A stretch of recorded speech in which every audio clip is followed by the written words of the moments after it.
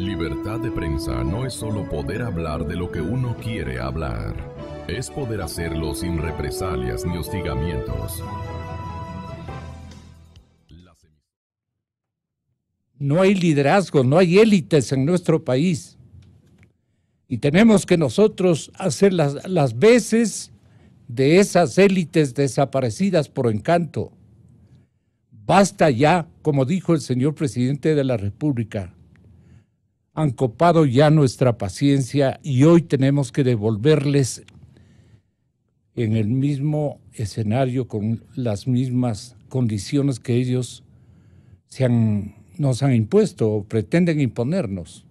Los vamos a devolver y vamos a destruirlos. Con ese ánimo tenemos que entrar a cumplir a cabalidad, quiero entender, la consigna del señor presidente Moreno. Todos alrededor de nuestro jefe de Estado, sin ninguna consideración de carácter ideológico, les pedimos muy comedidamente unidad, unidad ecuatorianos, unidad. Están por concluir, el tiempo pasa volando, las 12 horas del ultimátum a los narcoterroristas. ¿Usted qué opina de la actitud del señor presidente? Y lo mismo, general Jarrín, ¿usted qué opina de la actitud del señor presidente Moreno? No vamos a calificar de tardía, en fin, han habido cualquier cantidad de errores tácticos y el entrevero ideológico que existe en este partido que nos gobierna, al cual tenemos que respetar dadas las circunstancias. El señor presidente está en este momento retado a ubicar a gente que verdaderamente sueñe con el país de libertades y de paz que hemos tenido siempre. Porque esto que nos está ocurriendo es fruto del desprecio a la sindéresis, a la lógica política, a la lógica institucional. Este expresidente Correa dibujó este panorama. Este descuidado mandatario, ¿no?, apasionado por estas doctrinas de carácter ideológico, destruyó, desmanteló, desbarató toda forma de inteligencia militar y lamentablemente eso es lo que vamos a hacer resplandecer nuevamente con el apoyo de toda la ciudadanía, especialmente de la juventud ecuatoriana. Yo quiero de esta manera simbolizar el gran coraje que tenemos todos los ecuatorianos por lo que eventualmente haya ocurrido. Que estemos equivocados y pediríamos perdón a todo el mundo de estar equivocados. Que Dios nos ampare y nos ayude. Coronel, ¿cómo define usted el momento que estamos viviendo en orden de llegada, distinguidos militares pundonorosos de nuestra patria en servicio pasivo? Mario, tenga la bondad. Gonzalo, muy buenos días. Primero, permítame expresar un cordial saludo a mi general Osvaldo Jarrín, aquí presente en el panel, y a las otras personas que se van integrando al mismo. Yo quiero plantear lo siguiente. Primero, es necesario que el pueblo ecuatoriano se integre en un solo brazo, en un solo puño de unidad para hacer frente a esta amenaza y esta situación extrema que vive el país. Creo que eso es prioritario.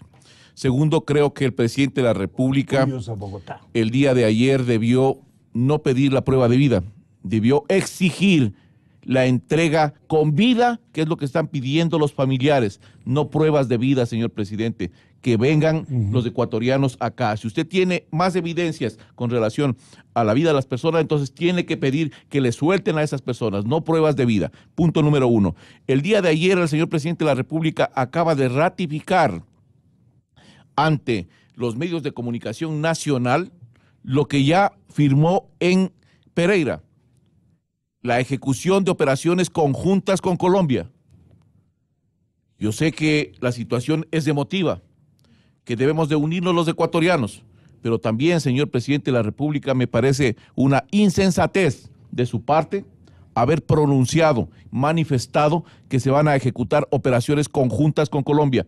Colombia, desde mucho tiempo atrás, ha querido que el Ecuador ingrese en el conflicto colombiano y creo que usted acaba nuevamente de indicarle Pero que usted así con su experiencia y el general Jarrín y el general Paco Moncayo deben haber sacado ya su propia conclusión. ¿Usted cuál es la suya? Quisiera preguntarle, coronel Pazmiño.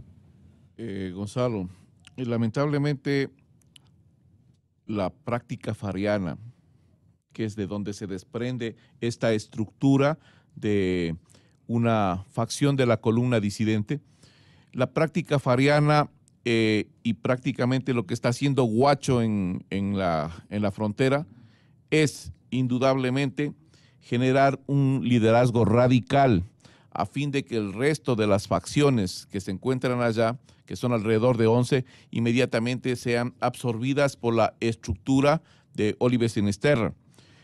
Este posicionamiento radical y sanguinario tiene que ser puesto en evidencia para que se lleve un mensaje fuerte y contundente hacia el gobierno ecuatoriano y el gobierno colombiano. Y ese mensaje lo está emitiendo permanentemente Guacho. Lo que pasa es que las autoridades ecuatorianas no tienen la capacidad de análisis, para mi criterio, sobre los mensajes que están mandando desde esta facción disidente. El problema radica también, Gonzalo, en que lo que estamos observando al momento no creo que se traten por parte de Guacho de evidencias no concretas. Le veo bastante difícil que no sean evidencias concretas. Guacho no puede entrar a jugar al cuento del yo te entrego una prueba y no es la verdadera. No, porque ese liderazgo radical y sanguinario que tiene este tipo en el departamento de Nariño tiene que acentuarse y tiene que consolidarse. Recuerde usted una cosa que acaba de decir Miguel Jarrín y usted también.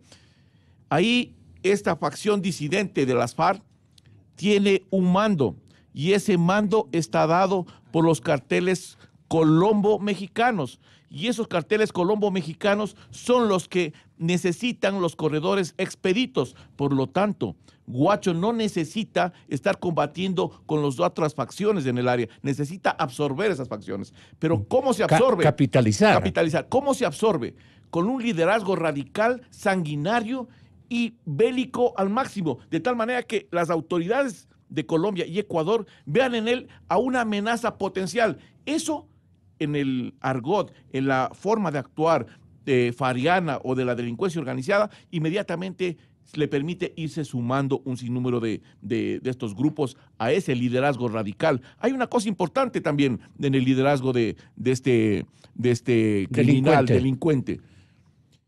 Él le dio un ejemplo a las FARC y al resto de organizaciones insurgentes en el área al decirle y exigirle al gobierno ecuatoriano que no iba a abandonar a sus 3 elementos que fueron capturados en el operativo Impacto 13. Eso es sumamente importante porque le está diciendo, yo no abandono a mi gente. Y esa situación es también sumamente grave. Es sumamente grave porque está indicando que se puede ir contra todas las estructuras, tanto de los 2 estados. Ahora, si tomamos en cuenta, en la frontera norte tenemos la participación de la Fuerza de Tarea Conjunta Hércules, 9,000 hombres. En el Ecuador, alrededor de 8,000 a 9,000 hombres también. 250 disidentes vinculados al narcotráfico han puesto en jaque a 2 países. Que la cuestión que estamos viviendo hoy día es en gran parte culpa nuestra. Porque nosotros, los ciudadanos, somos quienes hemos permitido que la cosa llegue a esta situación. Independientemente de cómo votáramos en las anteriores elecciones, nosotros permitimos que exista durante 10 años un gobierno que hizo de esta nación su propiedad personal. Hizo que los ecuatorianos nos dividiéramos y nos comenzó a segmentar, estigmatizando a ciertos grupos, naturalmente comenzando por los que eran más antipáticos, ¿no? A la gente no le caen bien los banqueros, entonces los banqueros, los industriales, pero luego los periodistas, luego los profesores, luego los militares, y así, y así. Nosotros somos quienes, luego del tema de Angostura, nos dedicamos a decir que Uribe era un tal por cual y no averiguar lo que el señor estaba diciendo, que era bastante grave, y lo dejamos ahí nomás. El financiamiento de las FARC a la campaña de Correa. El tema de que las FARC ya estaban dentro del Ecuador. Eso lo hemos permitido nosotros. Yo recuerdo que hace muchos años, y tal vez los niños de hoy no conocen esta frase, sino por nosotros los viejos, el Ecuador era una isla de paz. Por casualidad, sin duda, ¿no? Por obra y gracia de nuestro Señor y el Espíritu Santo debe haber sido que el Ecuador era una isla de paz. El Ecuador era una isla de paz por razones bien distintas. Lo que se hizo en los últimos años fue deshacer a las Fuerzas Armadas. ¿Y por qué razón? Porque no se sometieron a esta suerte de Fuerzas Armadas del Pueblo revolucionarias. Acá nuestros soldados, nuestros marinos, nuestros aviadores, nuestros militares, no cantaban Patria o muerte venceremos. Y dejamos nomás, porque bueno, ojo, la Constitución nunca ha dicho que un ministro de Defensa debe ser militar en servicio pasivo, una costumbre constitucional, además no muy larga, pero sí duró bastantes años. Pero de ahí a que tú digas yo puedo nombrar a cualquiera como ministro de Defensa hay una distancia enorme, sideral, ¿no? Incluso nombrando como ministros de Defensa a gente que se habían proclamado enemigos de las Fuerzas Armadas. Pues el ministro de Defensa debe ser el enlace entre el poder civil y el poder militar que se debe someter al poder civil. El enlace, no pues el contradictor. O nombrar ministros que atacaban derechamente a la disciplina militar, como lo hizo el señor Cordero, y como luego perfeccionó el señor Patiño, intentando poner a la tropa en contra de la oficialidad, hablando del tema de en qué platos comes, en dónde duermes, es decir, deshagamos la jerarquía. Eso era lo importante, es decir, pongámonos en contra. Entonces el divisionismo usted lo llevó a la nación y de ahí a las instituciones. Bueno, esos son parte de los resultados, ¿no? Una inteligencia que dejó de ser una inteligencia para proteger la seguridad de la nación, sino para protegerse ellos de los opositores políticos. Esa famosa Senaín, donde medio mundo tiene carpeta, como que uno fuera tan importante. Bueno, unas Fuerzas Armadas que las quisimos comenzar a desviar de su función natural, con la gentil colaboración de nosotros, pues. Porque las Fuerzas Armadas no sirven, pues. Porque no hay conflicto con el Perú. Como que uno tiene bola de cristal y adivina cuándo se te viene el conflicto encima. Entonces desviemos nomás a la Fuerza Armada de su función natural. Que persigan cilindros de gas, sacos de arroz, galones de combustible, etcétera, etcétera, temas forestales. Como que la experiencia del mundo no hemos sabido que cuando usted desvía de su función natural a las Fuerzas Armadas, cuando los requiere para que cumplan la labor para la cual fueron creadas, no te funciona. Y yo siempre insistiré, el gran ejemplo de Argentina en las Malvinas. Se dedicó a sus Fuerzas Armadas a otra cosa y cuando tuvo que emplearlas para su función natural, ahí está el resultado. Porque usted no solamente no aprende de la experiencia ajena, porque aprender de la experiencia ajena es de gente inteligente, pues. Pero aprender de la propia por lo menos demuestra prudencia. ¿Qué pasó en el Ecuador? Coja un libro de historia. ¿Qué pasó el 41? ¿Qué pasó en 1850? Estuvimos a punto de desaparecer en 1850. Esta gente que no coge un libro ni por casualidad hace lo que hizo con Fuerzas Armadas. Y ahora estamos como, bueno, 12 horas. ¿Y qué hacemos? Pues luego de las 12 horas, porque viene la segunda parte. Unas Fuerzas Armadas, porque esto, le insisto, de la Isla de Paz no era pues una casualidad, no se dio por gravitación espontánea. Usted tenía unas Fuerzas Armadas que ciertamente eran pequeñas, pero eran proporcionales a las necesidades del país y a sus posibilidades económicas. Unas Fuerzas Armadas que tenían dominio territorial. Usted tenía cuarteles en todas partes. Entonces tenía una ciudadanía muy cercana al militar ecuatoriano, muy cercana. Y lo que ha pasado, como comenta el señor general Jarrín, esto de que les han avisado ahí en Esmeraldas que van a poner la bomba para que la gente salga. ¿Eso qué demuestra? Que la gente, nuestros compatriotas, están con esa gente y no con nuestros militares, porque los militares nuestros no están ahí. Porque los has sacado. Porque dijiste que hay que economizar, pues. O sea, te podías gastar en sabatinas y estupideces, pero tenías que sacar los cuarteles y concentrarlos, pues, perdiendo el dominio territorial, algo que ha costado tantos años hacer. Porque esto no es de un día para otro, no es que usted dice, bueno, entonces hoy día sí vamos a tener dominio territorial, entonces hoy día... Sí, esto no es para mañana. Esto nos va a tomar años de años. ¿Cuántos años nos tomó recuperar a las Fuerzas Armadas del descalabro del 41? ¿Cuántos? 3 meses no fue, pues. O sea, el daño que usted ocasiona es de difícil reparación. Bueno, hay que hacer las cosas, sí, ya no toca más. Constitucionalmente, bueno, sí, declarar el estado de excepción, movilizar a la fuerza pública al teatro de operaciones, tal vez utilizar los recursos previstos para unos fines, salvo salud y educación, para los fines de la defensa, porque eso habrá que hacer. A última hora y como sea, eso habrá que hacer. La arenga del señor presidente Moreno es justa, es precisa, o debió haber arengado hace rato. El presidente Moreno se ha encontrado con muchas cosas, no solamente con que no encontró la mesa servida en materia económica, sino que ha encontrado un descalabro incluso en materia militar. Y en todo, porque aquí nos vinieron con que los colegios no tenían que tener bandas de paz, perdón, bandas de guerra, sino bandas de paz, no deben hacer esto. Todo y eso, ¿no? Si sumáramos las cosas. Claro, comenzaste a adoctrinar a la gente que lo militar es malo, así. Así fue. Pero hasta las cosas más elementales como un desfile militar.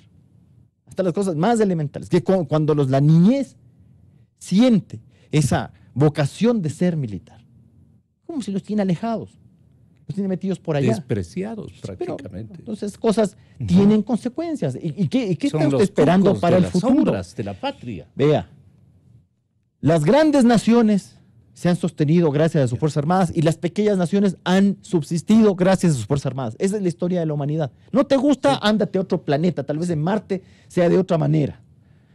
Aquí es así. ¿No te gusta? Bueno, qué pena. Búscate un psiquiatra. Señor, en adelante. Yo creo que aquí tenemos que, entre todos, generar acciones de hecho desde la sociedad civil organizada que reacciona y que no acepta y que no tolera este tipo de acciones. Pero no podemos silenciarnos, ¿no? No podemos ni debemos silenciarnos. Tenemos que seguir en nuestra misión.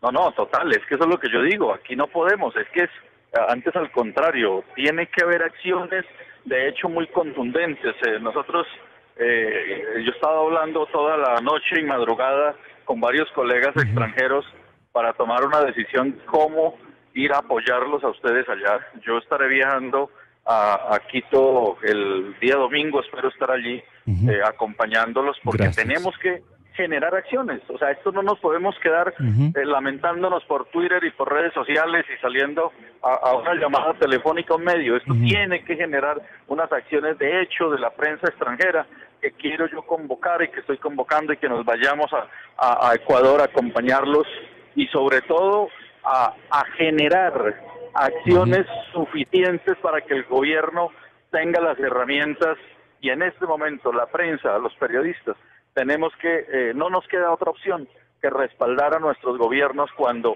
se trata de enfrentar el terrorismo. Así se haya cometido un error, ya aquí ya no hay nada que hacer, ya no nos podemos quedar lamentándonos, aquí tenemos que unirnos todos como sociedad, rodear las instituciones y enfrentar el terrorismo. ¿Qué error cometimos los ecuatorianos?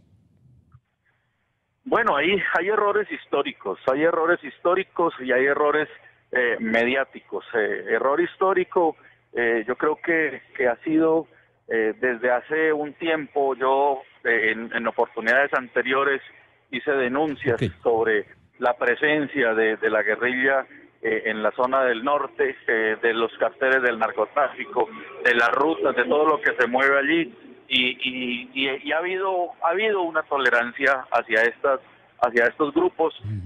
Colombia ha descuidado también la zona de frontera, no la ven como una prioridad los dos países, y eso es gravísimo porque el narcotráfico se está apoderando de esa zona de la Amazonía que es tan poderosa, tan fuerte, pero tan grande, tan inmensa, tan inexpugnable, que se vuelve casi que difícil de controlar. Comienzo por decirle, y el doctor Ollarte, que es especialista en Derecho Constitucional y en Derecho Penal, nos lo confirma. Los antiguos romanos siempre preguntaban cuando ocurría un crimen, ¿a quién le convenía que hubiera ocurrido ese crimen? Y obviamente, al hacer un análisis más a fondo, pues eso le conviene es a las FARC como tal, no con disidencias, porque esas disidencias no existen, sino en el imaginario de Juan Manuel Santos y en el imaginario de los grupos que llaman aquí los enmermelados y en el imaginario de los pacifistas que se dejan guiar por sucesos y no por sucesos publicitados y no por hechos concretos. Los terroristas han logrado algo muy importante, que es el impacto psicológico que ha generado una difusión mediática no solo local y nacional en Ecuador y Colombia, sino continental. Lograr que el presidente Lenín Moreno suspendiera la cumbre más importante de mandatarios de Latinoamérica y regresara, como lo vimos por la televisión, preocupado, prácticamente arrinconado por lo que le estaba sucediendo y presionado por todo el conglomerado social del Ecuador, es un triunfo para los terroristas y es un triunfo para las FARC.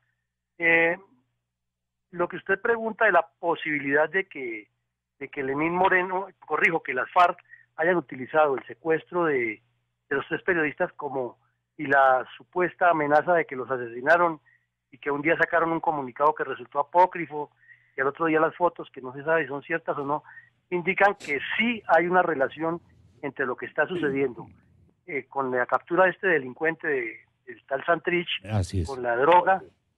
Hay una relación con lo que sucede en Quito, con el ELN, que no ha podido imponer lo que quieren contra el gobierno Santos y contra el débil equipo negociador de Colombia, que utilizando términos colombianos no saben ni dónde están parados. Así es. Están negociando con un equipo que los manipula, con el atentado que usted mencionaba en el oleoducto trasandino, con la muerte de unos policías en la costa noroccidental colombiana para desviar la atención. Todo esto es articulado y estaba previsto dentro del plan estratégico de las FARC. El único riesgo que sí es cierto, que no se puede descartar, es que el asesinato es una eventualidad, como lo hicieron con el gobernador de Antioquia, como lo hicieron con los diputados del Valle, como lo hicieron con unos militares que estaban en poder de ellos cuando notaron que podía haber presencia militar. Pero guardemos la esperanza de que todo esto más bien se trata de hacer la desinformación y la guerra psicológica para seguirse posicionando como un grupo que tiene presencia en los dos países. Porque si es un ámbito de esperanza, entonces, si es un ámbito de esperanza esta expectativa de que sea una movida estratégica mediática, si cabe el término. Sí, hay un poco de esperanza, pero como le digo, estos terroristas son criminales y tienen la capacidad de asesinar a quien sea. Pero dadas las connotaciones como han manejado esto, podría tratarse de una situación publicitaria, y ojalá que así fuera para bien de la vida de estos 3 periodistas. Y espero, coincido con Ervin, sea cual fuera el resultado de lo que está pasando, el Ecuador tiene que movilizarse con todo, porque el problema ya está ahí y no se va a solucionar ni con la liberación de los periodistas, ni con la desafortunada noticia si fue que los asesinaron. Esta es una amenaza que todavía no acabamos de querer entenderla. De esto estamos hablando una década. Les digo que sin ese defecto del yoísmo, en el libro Poder y Seguridad que publiqué el 2012, está descrito todos los escenarios de este nuevo tipo de amenazas que enfrenta no el Ecuador, son amenazas globales, así están inclusive definidas. Hay convenciones en las Naciones Unidas firmadas por todos los países del mundo para combatir el crimen organizado, para combatir el narcotráfico, para combatir los delitos, los crímenes que están alrededor de esto. Hay una estrategia inclusive que se definió en las Naciones Unidas. En la propia OEA, el 2003, igual los jefes de Estado cambiaron el concepto estratégico y hablaron de que habían viejas y nuevas amenazas. Y está escrito que estas nuevas amenazas requieren de un tratamiento específico. No se puede ganar las guerras de ahora con las tácticas de ayer. Ese es un error histórico y ustedes pueden ver la historia militar, cuántas derrotas se debieron a mandos que quisieron enfrentar las guerras del futuro con las tácticas de ayer. Entonces, hay mucho escrito, esto sabíamos que iba a pasar, hoy hemos llegado a un punto en el cual los ecuatorianos, y usted lo ha dicho muy bien, debemos estar juntos, debemos estar unidos y no hacerle el juego al crimen organizado. El facilismo que gestó el abandono de la institución militar en cuanto al aprovisionamiento de herramientas de defensa de la territorialidad y de estar a tono con la nueva tecnología, especialmente en la dinámica de la creación prácticamente de instrumentos de comunicación, la tecnología que estamos usando absolutamente en todo el mundo. Las Fuerzas Armadas ecuatorianas fueron abandonadas a su suerte, General Moncayo, y ahí ¿quién tiene la responsabilidad de haber permitido, digamos que bajo ese recambio perjudicial para la institución militar, estos de la industria narcotraficante internacional abrieron verdaderos surcos y corredores de droga en ni sé cuántas partes de la territorialidad, de la pequeña territorialidad norteña de nuestro país? En los últimos años, entiendo que no son más de 5, no son más de 3 seguramente. Para yo también preguntarle respecto a qué desenlace pudo haber ocurrido en torno a nuestros compañeros, necesitamos darle primero una visión al Ecuador, visión objetiva de lo que mal hicieron aquí, cargados de una dosis general estrictamente maquiavélica, estrictamente politizada, perjudicando el desarrollo de nuestra institución de seguridad y defensa.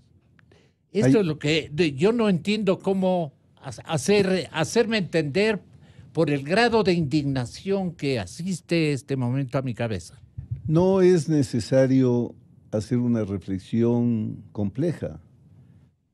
Si la ideología que gobierna considera que el Estado es simplemente un aparato de dictadura burguesa para oprimir a las clases dependientes y que las Fuerzas Armadas son el aparato represivo de esta burguesía, ya todo lo demás está dicho, pues. ¿Cómo va a actuar un país si la ideología que gobierna parte de eso? Si la ideología que gobierna parte de esta premisa, es obvio que los militares son los enemigos de la Revolución Ciudadana. Así de evidente. Ahora, Gonzalo, la amenaza que hoy enfrentamos es tan compleja que a mí me preocupa que comencemos a simplificarla y que pensemos que es del Guacho y de pronto un líder de quinta resume que es el enemigo del Estado ecuatoriano. Gonzalo, el Guacho y según los datos sus 250 solamente son partecita de un sistema donde las decisiones se toman en los cárteles. Ellos no son la gran amenaza. El crimen organizado es sumamente complejo. Tenemos que entender cuál es la amenaza. Si nos vamos a centrar en el Guacho y creemos que mañana le da un infarto al Guacho y ya no ha pasado nada, esto no es así. Ahora, los actos del terror no son actos irracionales. El terror es una arma que en la Guerra Fría era política. Hoy también es política en otro sentido. ¿Qué pretende el terror? Crear lo que ya nos dicen los hermanos colombianos. Crear en la población una situación de indefensión, de angustia, de desesperación, de desconfianza con el Estado. Para eso es el terror. Y por supuesto, Gonzalo, y este es un mensaje para los medios, aquí hay lo que se llama el efecto diapasón. Cuando pasó lo de la Chiles Lauro, por ejemplo, cuando se cometen este tipo de actos, como Estocolmo, ¿no es cierto? Hasta ahora se habla del síndrome de Estocolmo. No es para atormentar a unos 4 atletas, es porque toda la prensa del mundo se fija en el problema palestino. Entonces el terror busca eso y los medios deben entender muy bien que ellos van a tratar de utilizarles para que sus fines sean alcanzados. El fin del terrorismo no es matar 3 personas, por Dios, eso lo sabemos todos. Ahora, la verdad es que la presencia de ayer del presidente, como se ha dicho, es de un efecto fantástico para ellos, pues. Casi el retorno. Pero claro, porque están obteniendo su objetivo. Le están poniendo al Estado ecuatoriano en ascuas. Tenemos por lo mismo que actuar de una manera profesional, adecuada, como lo hemos hecho los ecuatorianos en otras ocasiones, cuando el país ha estado en peligro. Necesitamos no perder la cabeza porque le estamos dando gusto al terrorista. Necesitamos no comenzar a señalarnos con el dedo el uno al otro porque eso es lo que persigue el terrorista. Usted lo ha dicho muy bien, hoy tenemos que estar como en otras ocasiones, como estuvimos en 95, todos cerrados como un puño para apoyar las decisiones. Esperamos que sean decisiones racionales, prudentes, profesionales. La amenaza es compleja, las Fuerzas Armadas y Policía tienen que aprender a operar en estos nuevos entornos y escenarios de seguridad. Tenemos felizmente unas Fuerzas Armadas que no fueron cooptadas, ideologizadas, son profesionales, son las mismas Fuerzas Armadas victoriosas que están varias generaciones después de la nuestra, pero que mantienen los mismos valores, los mismos principios.